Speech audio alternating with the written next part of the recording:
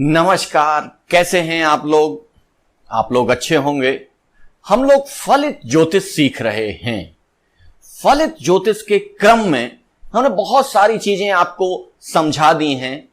आज एक important topic को लेकर पुनः आपके समक्ष उपस्थित हुए हैं, जो है ग्रह दृष्टि या ग्रहों की दृष्टियां। ग्रहों को कौन कौन सी दृष्टियां प्राप्त हैं, इसको आज हम लोग समझेंगे।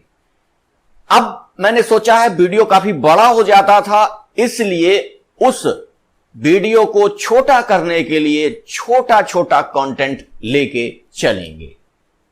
चलिए हम लोग देख लेते हैं ग्रहों की दृष्टियां। हमने आपको नवग्रह बताए थे कि फलित ज्योतिष में 9 ग्रहों को हम लोग देखते हैं। कौन कौन से 9 ग्रह थे वो याद है? नहीं है? चलिए एक बार रिपीट कर लेते हैं। सूर्य, चंद्रमा, बुध, शुक्र, मंगल, गुरु, शनि, राहु, केतु। ठीक है, ये नवग्रह होते हैं और इन नवग्रहों के आधार पर ही हम जन्मांक चक्र में प्रेडिक्शन करते हैं। अन्य ग्रह भी होते हैं, उनको फलित ज्योतिष में यहां प्रयोग नहीं किया जाता है। चलिए अब हम लोग देख लेते हैं कि ग्रह जहां बैठते हैं उस जगह से वो अपनी दृष्टि से एक घर को देखते हैं, 2 घर को देखते हैं कि 3 घर को देखते हैं, कितने घरों को वो देखते हैं और उनकी ग्रह दृष्टि से प्रभाव क्या होता है, ये हम लोग बाद में समझेंगे। आज हम लोग केवल और केवल ये समझेंगे कि ग्रहों के पास कौन कौन सी दृष्टियां होती हैं। बहुत सारे ग्रह ऐसे हैं जो अपनी दृष्टि केवल 7वीं दृष्टि उनको प्राप्त है, यानी कि यदि वो उच्च के ग्रह हैं तो वो अपनी नीच की दृष्टि से ग्रह को देखेंगे, यानी अपने ठीक 7वें भाव को देखेंगे। और 7वां भाव कौन सा होगा? उनका नीच का भाव होगा अगर वो उच्च के होंगे। सामान्य होने पर वो सामान्य दृष्टि कहीं भी हो सकती है, और यदि ग्रह नीच के हैं तो वो अपनी 7वीं दृष्टि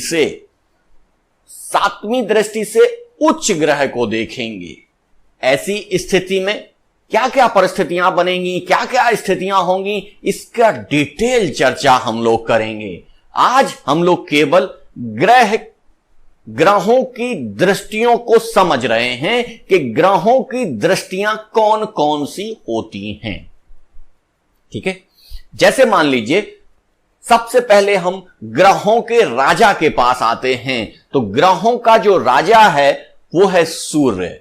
तो सूर्य को कौन कौन सी दृष्टियां प्राप्त हैं? आपको देखने से लगेगा कि भाई सूर्य राजा है तो उसके पास ज्यादा दृष्टियां होंगी। नहीं, ज्योतिष में सूर्य को केवल एक ही दृष्टि प्रदान की गई है। वो कौन सी दृष्टि है? वो 7वीं दृष्टि है। यदि सूर्य लग्न में बैठे हैं, जन्मांक चक्र के पहले खाने में बैठे हैं, जिसको लग्न कहते हैं, तो वो पूर्ण दृष्टि से 7वें घर को देखेंगे। यदि वो 7वें घर में बैठे हैं तो वो अपनी दृष्टि क्या करेंगे? लग्न को देखेंगे। तो सूर्य के पास केवल एक ही दृष्टि है। ये आप लोग समझ लीजिए कि सूर्य के पास कितनी दृष्टि है? एक ही दृष्टि प्रदान की गई है, और सूर्य जहां पर बैठते हैं उससे ठीक 7वें घर को देखते हैं। किसको देखते हैं? 7वें घर को देखते हैं। आपको हमने बताया था कि गिन के आप देख लीजिएगा कि जहां बैठे हैं वहीं से प्रारंभ करना है। 1 2 3 4 5 6 7। जहां 7वां खाना आएगा, जहां पर बैठे हैं सूर्य, उससे 7वां खाना जो आएगा उस पर वो दृष्टि डालेंगे, उसे वो देखेंगे। और देखने से क्या उनका प्रभाव होगा, किस तरीके से उस घर का महत्व बढ़ेगा, किस तरीके से उस ग्रह की स्थितियां चलेंगी, ये सारा डिटेल हम लोग बाद में अध्ययन करेंगे। चलिए अब हम लोग चलते हैं सूर्य के बाद, राजा के बाद सीधा हम लोग चलते हैं मन पर, या राजा कह लीजिए या आत्मा कह लीजिए। आत्मा के पश्चात हम लोग चलते हैं मन की तरफ। मन कौन है? चंद्रमा। चंद्रमा मन है। और संपूर्ण कुंडली में हमने आपको बताया है, संपूर्ण कुंडली में 65% इन्हीं दो ग्रहों का प्रभाव होता है। चंद्रमा चूंकि हमारे बहुत नजदीक है, तो चंद्रमा का प्रभाव हमारे ऊपर अत्यधिक होता है और वो मन का कारक होता है। मन के कारक होने के कारण कई कुंडलियों में बहुत सारे बड़े बड़े योग पड़े होते हैं, लेकिन यदि उनका चंद्रमा पीड़ित होता है तो उस पीड़ित चंद्रमा की वजह से वो उन महान योगों का उचित फल नहीं प्राप्त कर पाते हैं। क्यों? क्योंकि चंद्रमा उन्हें एक जगह स्थिरता प्रदान नहीं होने देता है, उनको इतनी चंचलता दे देता है कि वो अपने बने हुए कार्य भी अपने ही हाथों नष्ट कर लेते हैं। तो कुंडली का सर्वाधिक प्रभावपूर्ण जो ग्रह है वो है चंद्रमा। चंद्रमा यदि किसी का पीड़ित है तो उसके जीवन में बहुत ही कठिनाइयां आती हैं। खैर, इस चंद्रमा पर ज्यादा नहीं चलेंगे। चंद्रमा को भी एक ही दृष्टि प्राप्त है। कौन सी? 7वीं दृष्टि। सूर्य की तरीके से चंद्रमा को भी 7वीं दृष्टि ही प्राप्त है। यानी चंद्रमा यदि चौथे भाव में बैठेंगे तो वो अपने चौथे भाव से सीधे 7वें भाव यानी कि 10वें भाव को देखेंगे, जिसे हम कर्म भाव भी कहते हैं, पिता का घर भी कहते हैं। और यदि वो 10वें घर में बैठेंगे तो वो 7वीं दृष्टि से चौथे भाव को देखेंगे। तो इस तरीके से सूर्य को भी एक दृष्टि प्राप्त है। कौन सी? 7वीं दृष्टि प्राप्त है। चंद्रमा को भी एक ही दृष्टि प्राप्त है। कौन सी? 7वीं दृष्टि प्राप्त है। क्लियर? क्योंकि अभी हमने आत्मा को पढ़ लिया, मन को पढ़ लिया, आत्मा और मन के विषय में जानकारी ले ली। अब हम लोग सीधे चलते हैं बुध के पास। बुध क्या है? राजकुमार, बालक। ठीक है, तो राजकुमार और बालक बुध के पास भी ज्योतिष में एक ही दृष्टि प्रदान की गई है। जो कौन सी दृष्टि है? 7वीं दृष्टि है। बुध भी जहां बैठते हैं उससे 7वीं दृष्टि से अपने उस भाव को, 7वें भाव को देखते हैं। और जहां पर इनकी पूर्ण दृष्टि पड़ती है, यानी कि जिस घर को बुध देखते हैं उस घर में भी बहुत सारा प्रभाव उत्पन्न कर देते हैं।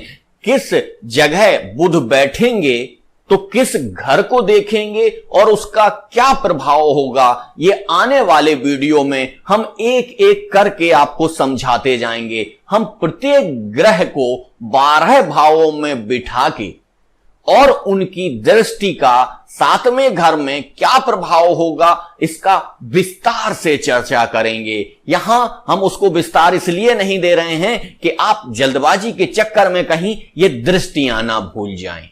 ठीक है, तो सूर्य को, चंद्रमा को और बुध को 7वीं दृष्टि ही प्राप्त है। एक ही मात्र दृष्टि प्राप्त है इनको, वो होती है कौन सी? 7वीं दृष्टि। चलिए अब हम लोग अगले अपने ग्रह की ओर चलते हैं जिसका नाम है शुक्र। दैत्यों के गुरु शुक्राचार्य जो बड़े प्रभावशाली होते हैं, गुरु हैं जरूर दैत्यों के गुरु, लेकिन हैं तो वो गुरु ही। तो गुरु होने के कारण इनका प्रभाव भी बहुत होता है कुंडली में। ये चूंकि विलासिता की ओर ले जाते हैं, सांसारिक सुखों की ओर ले जाते हैं, इसलिए भारतीय ज्योतिष में इनको बहुत ज्यादा महत्व नहीं दिया जाता है। लेकिन आज की सांसारिक स्थितियों के कारण आज लोग भौतिक सुखों के पीछे ही भाग रहे हैं, तब इनका महत्व बढ़ जाता है। तो शुक्राचार्य के पास या शुक्र के पास भी एक ही दृष्टि है। भारतीय ज्योतिष में उनको एक ही दृष्टि प्रदान की गई है। वो कौन सी है? 7वीं दृष्टि। यानी शुक्र जहां पर बैठेंगे उससे ठीक सातवें घर को देखेंगे, और सातवें घर को जब देखेंगे तो उस घर में कौन कौन सी चीजें पैदा करेंगे, किस तरीके से विलासिता की ओर, भौतिकता की ओर ले जाएंगे। क्योंकि ज्योतिष यानी कि हमारा जो जीवन है उस जीवन का मुख्य लक्ष्य क्या होता है? अमृत को प्राप्त कर लेना, आत्म साक्षात्कार प्राप्त कर लेना, अपने आप को जान लेना। लेकिन शुक्राचार्य क्या करते हैं? हमें अपने आप से नहीं मिलने देते हैं, बाहरी संसार में हमको लगा देते हैं और हम बाहरी संसार में ही लगे रह जाते हैं। आज हम गाड़ी के लिए देखते हैं, कल घर के लिए देखते हैं, फिर और लग्जरी गाड़ी के लिए देखते हैं। घर विशेष तौर से शुक्राचार्य नहीं देते हैं, लेकिन बाकी लग्जरी की जो भी चीजें हैं वो सारी चीजें शुक्राचार्य के द्वारा ही प्रदान की जाती हैं। तो शुक्राचार्य द्वादश भावों में कहां कहां बैठेंगे और उनकी दृष्टि का क्या प्रभाव होगा, ये हम आगे एक नए वीडियो में, पूरा एक वीडियो केवल शुक्र के 12 भावों में प्रभाव को लेकर आएगा। ठीक है, तो अभी हम लोगों ने कौन कौन से ग्रह समझे? सूर्य समझा, चंद्रमा, बुध और शुक्र। ये 4 ग्रह ऐसे हैं जिनको एक ही दृष्टि प्राप्त है। जिनको क्या है? एक ही दृष्टि प्राप्त है। हां, आपका रिवीजन करवा देते हैं, लेकिन इनमें से 2 ग्रह ऐसे हैं जिनको एक ही राशि प्राप्त है। कौन कौन से हैं? सूर्य, सूर्य को सिंह राशि का अधिपति माना जाता है। चंद्रमा, चंद्रमा को कर्क राशि का ही अधिपति माना जाता है। लेकिन बुध और शुक्र को 2-2 राशियां प्राप्त हैं। ठीक है, राशियों की चर्चा हम पहले कर चुके हैं, यहां राशियों की चर्चा नहीं करनी है, लेकिन बीच बीच में आपकी पुनरावृत्ति कराते चले जाते हैं तो आपको पुराने ज्ञान पर भी अपना ध्यान चला जाता है। यदि आपका ध्यान उससे हट जाएगा तो वो ज्ञान आपके लिए बेकार हो जाएगा। चलिए अब हम लोग चलते हैं मंगल की ओर। मंगल को भारतीय ज्योतिष ने 3 दृष्टियां प्रदान की हैं। अभी हमने जो ग्रह देखे वो एक दृष्टि वाले देखे, सभी को 7वीं दृष्टि प्राप्त थी, लेकिन मंगल को 3 दृष्टियां प्राप्त हैं। कौन कौन सी दृष्टि प्राप्त हैं? नंबर 1 चौथी दृष्टि, नंबर 2 7वीं दृष्टि, नंबर 3 8वीं दृष्टि। 3 दृष्टियां हो गई। ठीक है ना। चौथी दृष्टि यानी कि यदि मंगल लग्न में बैठेंगे तो लग्न से चौथे भाव को यानी सुख भाव को देखेंगे।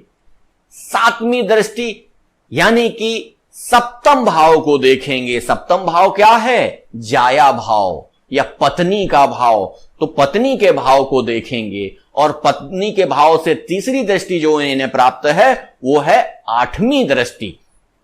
जो 8वीं दृष्टि है वो कौन सी हो जाएगी? अष्टम भाव को ये देखेंगे, यानी कि आयु भाव को ये देखेंगे।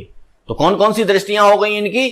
चौथी दृष्टि, 7वीं दृष्टि और 8वीं दृष्टि। ये आपको दृष्टियां बहुत कंठस्थ करनी पड़ेंगी, बहुत तेजी से याद रखनी पड़ेंगी, क्योंकि दृष्टियों से पूरा प्रोटेक्शन ही चेंज हो जाता है। यदि कोई ग्रह खराब स्थिति में है और उस ग्रह पर किसी शुभ ग्रह की दृष्टि पड़ रही है तो निश्चित तौर से वो ग्रह अच्छी स्थिति में आ जाएगा।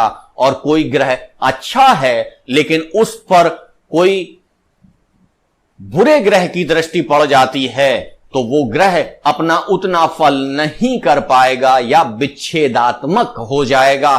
उसका पूरा प्रभाव आप ले ही नहीं पाएंगे। तो जब तक आप ग्रहों की दृष्टियां नहीं समझेंगे तब तक आप ज्योतिष में आगे नहीं बढ़ पाएंगे। तो ये सर्वाधिक महत्वपूर्ण टॉपिक है। जो टॉपिक आप लोगों ने पढ़े वो भी उतने ही महत्वपूर्ण हैं, लेकिन उनके साथ साथ ये भी बहुत महत्वपूर्ण है।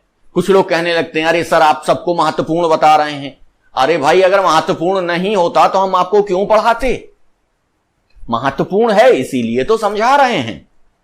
जैसे एक गाड़ी है, गाड़ी अगर स्टार्ट है उसमें एक टायर नहीं है तो क्या गाड़ी चल पाएगी? या उसके चारों टायर हैं, सही हैं, अच्छे हैं और वो स्टार्ट नहीं हो रही है, तो क्या आप ज्यादा दूरी तय कर पाएंगे? नहीं कर पाएंगे। धक्का लगा के जितनी दूर तक ले जा सकते हैं उतनी दूर ले जाएंगे। तो ये ज्योतिष एक बहुत बड़ी विधा है। इस विधा में आपको पारंगत होने के लिए या विधा में आगे चलने के लिए या लोग आपको छल ना पाए, इसके लिए यदि आपको आगे बढ़ना है तो आपको ये सारी चीजें याद रखनी पड़ेंगी, समझनी पड़ेंगी, आत्मसात करनी पड़ेंगी। और यदि आपने एक बार आत्मसात कर लिया तो आपको बुरे वक्त में कोई ठग नहीं पाएगा। सामान्यतः देखा जाएगा कि कोई भी व्यक्ति अपने बुरे समय में ही ज्योतिषी के पास जाता है। यहां मैंने क्या कहा? सामान्यतः देखा जाता है, ठीक है। लेकिन बहुत सारे ऐसे भी समय होते हैं, लोग अपनी प्रगति के लिए पूछने जाते हैं, लोग अपने जीवन में आगे प्रोग्रेस के लिए पूछने जाते हैं, ये चीजें भी होती हैं। लेकिन अभी भारतीय जो समाज है उसमें जब वो कष्ट में आते हैं तभी वो पंडित जी के पास जाते हैं और वहीं पंडित जी उनको ठगने का कार्य कर देते हैं। तो इस ठगने की स्थिति से बचने के लिए आपको ये ज्योतिष सीखना अत्यंत आवश्यक है। यदि आप ये नहीं सीख पाए, नहीं आत्मसात कर पाए, तो ये सारी की सारी स्थितियां खराब हो जाएंगी। पुराना सीखा हुआ ज्योतिष आपके कार्य नहीं आएगा। चलिए अब हम लोग देख लेते हैं अगले ग्रह के बारे में। अगले ग्रह हैं हमारे गुरु। गुरु कौन? गुरु कौन? बृहस्पति, ठीक है। बृहस्पति जिनको हम लोग गुरु कहते हैं। गुरु वो जो आपको ज्ञान दे, जो आपको सिखाए, जो आपको बताए। तो गुरु जहां बैठ जाते हैं उससे ज्यादा प्रभावकारी वो वहां होते हैं जहां उनकी दृष्टियां जाती हैं। और गुरु को भी 3 दृष्टियां प्राप्त हैं, ठीक है। जैसे हमने वहां बताया था कि 7वीं दृष्टि तो आपने देख लिया, सूर्य को, चंद्रमा को, बुध को, शुक्र को, सबको 7वीं दृष्टि मिली है। तो यहां मैंने मंगल के लिए बताया, तो यह मत समझ लीजिएगा कि मंगल की तरीके से ही सबको प्राप्त होंगी। नहीं, सबकी अलग अलग दृष्टियां हैं। मंगल की कौन सी दृष्टि थी? 4वीं, 7वीं और 8वीं। जबकि गुरु को कौन कौन सी प्राप्त होती हैं? 5वीं दृष्टि, 7वीं दृष्टि और 9वीं दृष्टि प्राप्त होती है। जैसे मान लीजिए गुरु आपके लग्न में बैठे हुए हैं तो वो 5म भाव को देखेंगे, 7म भाव को देखेंगे और 9म भाव को देखेंगे। तो 5म भाव को देखेंगे तब क्या स्थितियां बनेंगी, 7म भाव को देखेंगे तब क्या स्थितियां बनेंगी, और 9म भाव को यानी भाग्य भाव को या धर्म भाव को जब वो देखेंगे तो क्या स्थितियां बनेंगी, किन स्थितियों में क्या प्रेडिक्शन होगा, ये सारा डिटेल हम आपको आगे समझाते रहेंगे। क्रमशः धीमे धीमे हम चीजों को सीखते हुए आगे चलेंगे। ऐसा नहीं है कि आप एक ही दिन में सारा ज्योतिष सीख जाएं और अगले दिन जब सो के उठें तो सारा ज्योतिष गायब हो जाए। ऐसा नहीं, धीमे धीमे उसको सीखिए, धीमे धीमे आत्मसात करिए उसको, ठीक है। तो गुरु की दृष्टियां कौन कौन सी हैं? 5म दृष्टि, 7म दृष्टि और 9वीं दृष्टि। ये 3 दृष्टियां गुरु को प्राप्त हैं, यानी बृहस्पति को प्राप्त हैं, ठीक है। जब हम गुरु कहते हैं तब आप अपने आप समझ जाइए कि हम बृहस्पति की बात कर रहे हैं। जब हम शुक्राचार्य की बात करेंगे तब हम बताएंगे कि ये दैत्य गुरु हैं, लेकिन उनको शुक्राचार्य या शुक्र ही बोलेंगे, तो कभी कंफ्यूज मत होइएगा, ठीक है। चलिए अब हम लोग चलते हैं अपने अगले ग्रह की ओर। अब हमारे जो ग्रह शुरू हो रहे हैं वो बहुत ही महत्वपूर्ण हैं। उन्हीं के आधार पर आपको डरवाया जाता है। आपको कहा जाता है कि आपका शनि खराब है, आपका राहु खराब है, आपका केतु खराब है, और इन्हीं से डरवा के आपको ठगा जाता है, ठीक है। तो चलिए सबसे पहले हम लोग शनि की दृष्टियां देखते हैं कि शनि महाराज के पास भी भारतीय ज्योतिष के अनुसार 3 दृष्टियां उनको प्राप्त हैं। कौन कौन सी? उनको तीसरी दृष्टि प्राप्त है, उनको 7वीं दृष्टि प्राप्त है और उनको 10वीं दृष्टि प्राप्त है। कौन सी? उनको तीसरी दृष्टि प्राप्त है, 7वीं दृष्टि प्राप्त है और 10वीं दृष्टि प्राप्त है। अब आप लोग देख लीजिए कि जैसे तीसरी दृष्टि शनि महाराज लग्न में बैठे हैं तो वो पराक्रम को देखेंगे। पराक्रम को देखने के साथ साथ 7वीं दृष्टि है उनकी, तो 7वीं दृष्टि में सप्तम भाव को यानी कि जाया के घर को भी देखेंगे वो। इसके बाद वो 10वीं दृष्टि रखते हैं। 10वीं दृष्टि यानी कि आपके कर्मेश के ऊपर भी दृष्टि उनकी जाएगी या कर्म भाव पर भी उनकी दृष्टि जाएगी। ठीक है, कर्मेश तो हो सकता कहीं और भी बैठे हों, लेकिन कर्म भाव पर दृष्टि जाएगी उनकी, यानी 10वें घर पर उनकी दृष्टि जाएगी। 10वें घर में जो भी बैठा होगा उसके ऊपर वो दृष्टि पड़ेगी। और शनि की दृष्टि मूलतः विच्छेदात्मक मानी जाती है। जहां पर भी उनकी दृष्टि पड़ती है उसमें वो विच्छेद पैदा कर देते हैं।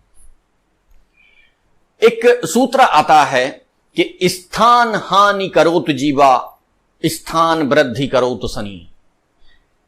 जीवा यानी कि बृहस्पति, बृहस्पति जहां अकेले बैठे होते हैं वहां पर उस स्थान का वो नाश कर देते हैं। नाश कर देते हैं ऐसा नहीं कि पूरी तरीके से बर्बाद कर देते हो। बृहस्पति कभी बहुत ज्यादा नेगेटिव फल नहीं देते हैं, लेकिन बृहस्पति जहां बैठते हैं उस भाव को थोड़ा सा कमजोर जरूर करते हैं। लेकिन बृहस्पति जिन दृष्टियों से जिन भावों को देखते हैं उनको क्या करते हैं? उनको पालते हैं, उनको बढ़ाते हैं। जबकि शनि का क्या है? शनि जिस घर में बैठते हैं उस घर में वृद्धि करते हैं, लेकिन उनकी जो दृष्टियां हैं वो विच्छेदात्मक हैं। और विच्छेदात्मक दृष्टियां होने के साथ यदि वो शुभ घरों पर पड़ जाती हैं तो वहां पर वो नुकसान कर देती हैं। तो शनि की दृष्टियां यदि आपके 6, 8, 12 पे पड़ती हैं तो वो कहीं ना कहीं आपके लिए लाभप्रद होती हैं। लेकिन यदि अच्छे घरों पे पड़ जाएं उनकी दृष्टियां तो निश्चित तौर से आपको दिक्कत पैदा कर देती हैं। चलिए अब हम लोग आगे चलते हैं राहु पर। राहु कौन है? छाया ग्रह हैं। जहां ये बैठते हैं उसी घर के अनुसार अपना रूप बना लेते हैं। लेकिन इनको भी भारतीय ज्योतिष ने 3 दृष्टियां प्रदान की हैं। कहा जाता है कि राहु शनिवत हैं और केतु मंगलवत हैं।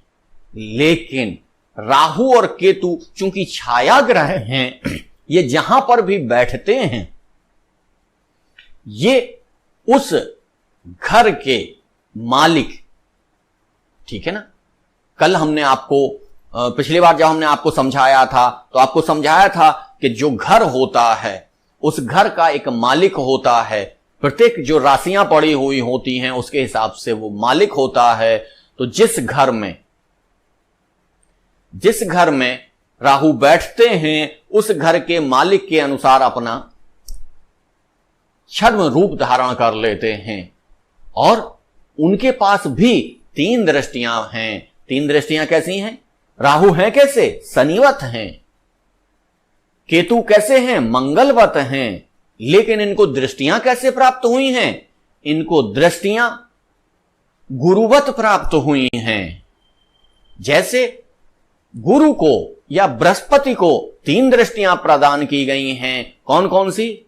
5वीं, 7वीं और 9वीं। उसी तरीके से राहु को भी 5वीं, 7वीं और 9वीं दृष्टि ही प्रदान की गई है। इनकी दृष्टियों के बारे में बहुत मतभेद है, लेकिन फिर भी कहीं ना कहीं माना जाता है कि इनकी दृष्टियों का प्रभाव होता है। वैसे इन 7 ग्रहों की दृष्टियां ही बहुत महत्वपूर्ण हैं, लेकिन फिर भी हमें अगर एग्जैक्ट फल कथन पे जाना है तो हमें राहु और केतुओं की दृष्टियों पर भी विचार करना पड़ेगा।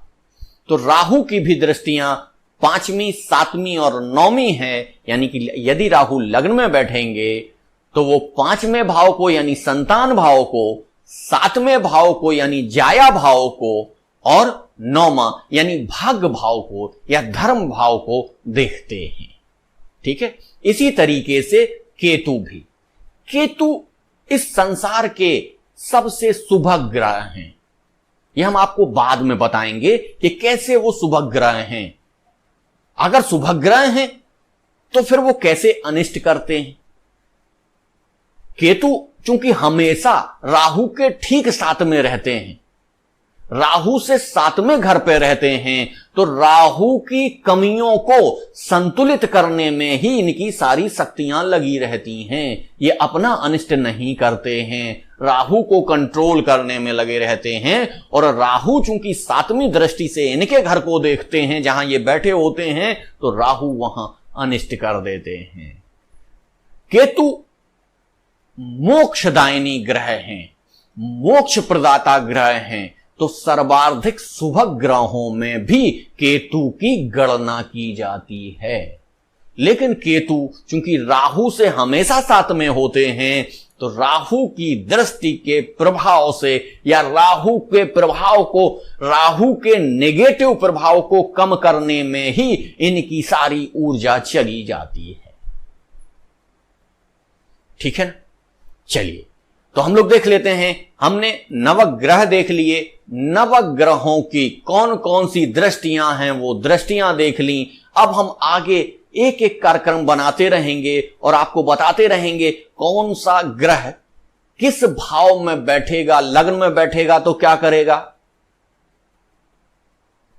धन भाव में बैठेगा तो क्या करेगा, पराक्रम भाव में बैठेगा तो क्या करेगा, सुख भाव में बैठेगा तो क्या करेगा, और इसकी दृष्टि जो 7वीं दृष्टि या 9वीं दृष्टि या 5वीं दृष्टि जो भी दृष्टियां पड़ेंगी, तो उन दृष्टियों का क्या प्रभाव पड़ेगा और उन भावों से आपको क्या लाभ होगा और क्या हानियां होंगी, ये सारी चीजें हम आपको बताएंगे। इसके साथ साथ उन प्रभावों को दूर करने के लिए आप क्या क्या उपाय कर सकते हैं, वो उपाय भी हम आपको बताएंगे। आपको उपाय के लिए कहीं जाने की आवश्यकता नहीं है, हम आपको क्रमशः उन उपायों के बारे में भी बताते रहेंगे।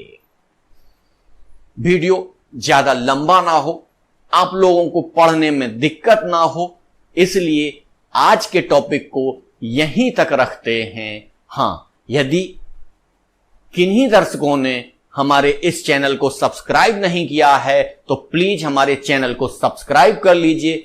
वीडियो अगर अच्छा लगा है तो लाइक करिए, और अगर आप चाहते हैं कि ये वीडियो आपके अधिक से अधिक लोगों तक पहुंचे तो उसको शेयर करिए। धन्यवाद। कल पुनः उपस्थित होंगे।